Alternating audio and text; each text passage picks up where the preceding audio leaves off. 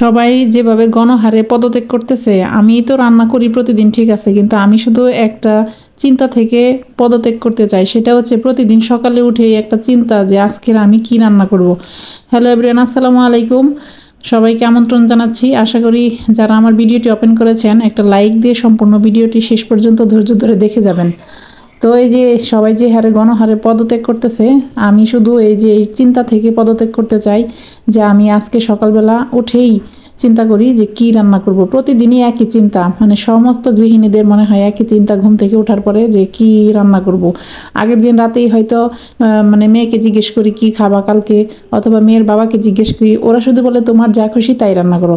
আমার যা খুশি তাই আর আমি খুঁজে পাই না, কারণ প্রতিদিনই এই একই মানে চিন্তা করতে করতে আমার আর ভালো লাগে না। কি রান্না করব, আজকে কি রান্না করব সেই টেনশন থাকে প্রতিদিন সকালবেলা। এরকম কার কার টেনশন থাকে আপুরা একটু বলেন তো, আমাকে বলে যাবেন, কমেন্ট করে যাবেন। তো যাই হোক, সকালবেলা উঠেই ওই চিন্তা থেকে চিন্তা করতে করতে সকালে কোনো মতো নাস্তাটা করে নিয়েছি। আর তারপরে এই যে দুপুরে রান্নার প্রিপারেশন, ওই তো চিন্তা যে কি কোনটা রান্না করব। পরে ভাবলাম যে ঢেঁড়স যদি আগে ভাগে না খাই তাহলে ঢেঁড়স কিন্তু পরে শেষে শক্ত হয়ে যায়, খেতে ভালো লাগে না। তো আগে তো ঢেঁড়সটাই শেষ করা দরকার, তাই না? তো এই ভাবলাম যে ঢেঁড়সটাই কেটে ভাজি করে ফেলি, তাহলে এটা হয়ে যাবে। আর বাকি কিছু সবজি যা আছে সেগুলো হয়তো 2-1 দিন পরে খেলেও কোনো সমস্যা নেই, কিন্তু ঢেঁড়সটা কচি খেতেই ভালো লাগে।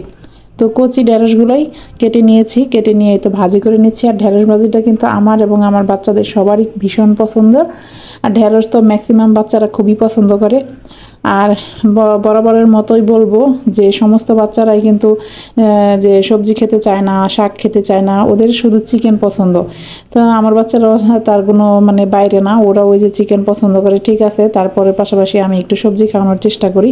তো আজকে এই যে আবার চিন্তা কি রান্না করব, তো ভাবলাম যে কি রান্না করব, আজকে কি রান্না করা যায়। সকাল থেকে ভেবে পাচ্ছিলাম না, ওই যে ঢেঁড়সগুলো কাটতে কাটতেও চিন্তা করতেছিলাম যে প্রতিদিন এই চিন্তা থেকে আমি একটু পদত্যাগ করতে চাই। কেউ যদি আমাকে বলে দিত যে আজকে তুমি এটা রান্না করো, আজকে এটা রান্না করো, বা বাসার কেউ যদি তার পছন্দ মতো খেতে চায়, তাহলে আমার খুব মানে ভালো লাগে, আনন্দ সহকারে আমি রান্না করতে পারি। কিন্তু প্রতিদিন না এই যে ওই চিন্তাটা করতে ভালো লাগে না যে আজকে কি রান্না করব, আজকে কি রান্না করব, কালকে কি রান্না করব।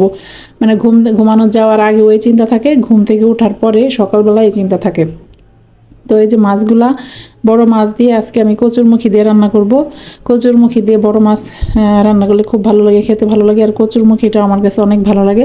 তো মাছটাকে এই যে এখানে আবার আরেক সমস্যা, মাছ হচ্ছে একজন আমার মেয়ের পছন্দ, এই যে এইভাবে মাছটাকে কষাইয়ে রান্না করলে আমার মেয়ের খুবই পছন্দ। আর মেয়ের বাপের পছন্দ হচ্ছে মাছ ভাজি করে তরকারিতে দেওয়া। এখন বলেন আমি কোথায় যাব? আমার হচ্ছে বিপদ, কারণ একজন পছন্দ করে ভাজা মাছ তরকারিতে দিয়ে খেতে, আরেকজন পছন্দ করে যেভাবে। আমি যখন রান্না করতে যাব তখন মেয়ে আগে থেকে বলবে যে মা মাছটা কিন্তু ভেজে দিও না, এইভাবে করে দাও। আবার মেয়ের বাবা বলবে না মাছটা কিন্তু ভাজি করে দাও। আর এখন আমি আছি খুব দুটনার মাঝখানে, তাই আমি মাঝে মধ্যে ভাজি করে রান্না করি, আবার মাঝে মধ্যে যেভাবে কষাই রান্না করি, কারণ দুই পক্ষকেই তো আমাকে খুশি রাখতে হয়। তো যাই হোক, মাছটাকে কষানোর পরে আমি এখন দিয়ে দিব হচ্ছে কচুরমুখীগুলো। কচুরমুখী কিন্তু খেতে খুবই ভালো লাগে, এই সিজনে তো আরও বেশি ভালো লাগে। কচুরমুখী দিয়ে বড় মাছের তরকারি ভালো লাগে, তারপর অনেক সময় ডাল ঘন্ট করে খাই, সেটাও ভালো লাগে। মাছের মাথা দিয়ে রান্না করলে ভালো লাগে।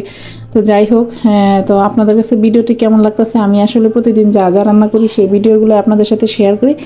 আমার তেমন কিছুই না, কোনো রেসিপি টেসিপি ওরকম কিছু না, জাস্ট ডেইলি ব্লগগুলো শেয়ার করি। আর হচ্ছে কথা বলার জন্য আপনারা তো আসেনই, কথা বলার জন্য মানুষ নাই বাসায়, তাই ভাবলাম যে ভালোই একটা পেজ খুলুন, তত প্রতিদিন আপনাদের সাথে একটু গল্প টল্প করা যায়। এই যে আপনারা মনোযোগ দিয়ে শুনতেছেন, আর আপনাদের মনের কথাগুলো কিন্তু অবশ্যই সুন্দরভাবে কমেন্টে লিখে যাবেন কেমন লাগতেছে আমার ভিডিওগুলো, বা কি করলে ভালো হয়। আর ভিডিওর কোনো কিছু ভুল ত্রুটি থাকলে যারা এখানে অভিজ্ঞ আপুরা আছেন বা যারা অনেক লং টাইম কাজ করেন, তারা নিশ্চয়ই বুঝতে পারেন। ভিডিও দেখে, কথা বলা দেখে, ভয়েস দেখে, সব কিছু দেখে কিন্তু ভুল ত্রুটিগুলো সহজেই বুঝতে পারেন যারা লং টাইম ধরে কাজ করেন। দয়া করে 2-1টা পরামর্শ দিয়ে যাবেন, তাহলে কিন্তু উপকৃত হব। আর যারা নতুন আপুরা আছেন, যারা নতুন পেজ খুলে কাজ করতেছেন, তাদের কোনো কিছু শেখার থাকলে, জানার থাকলে, কোনো প্রশ্ন থাকলে সেটাও করতে পারেন। আমি যতটুকু জানি সেটা আপনাদেরকে জানাই দিব। তো অনেক নতুন আপুরা এসে একই কমেন্ট বারবার করেন, প্রত্যেক ভিডিওতে একই কমেন্ট করেন। এই কাজটা কেউ করবেন না, একই কমেন্ট বারবার করলে কিন্তু সেটা স্প্যাম হয়ে যায়, সেই কাজটা করা যাবে না। আপনি ভিডিও সম্পূর্ণ দেখে একটা গঠনমূলক কমেন্ট করবেন, আর এই গঠনমূলক কমেন্ট কিন্তু আপনার পেজের জন্য অনেক অনেক উপকারী। এটা মানে কি যে উপকারী, যারা করছে তারাই জানে। আর যে ভিডিওটাই ওপেন করবেন শেষ পর্যন্ত দেখার দেখে যাবেন। ফেসবুক কিন্তু সবকিছু খেয়াল রাখে আপনি কোথায় কি করতেছেন। ধন্যবাদ সবাই।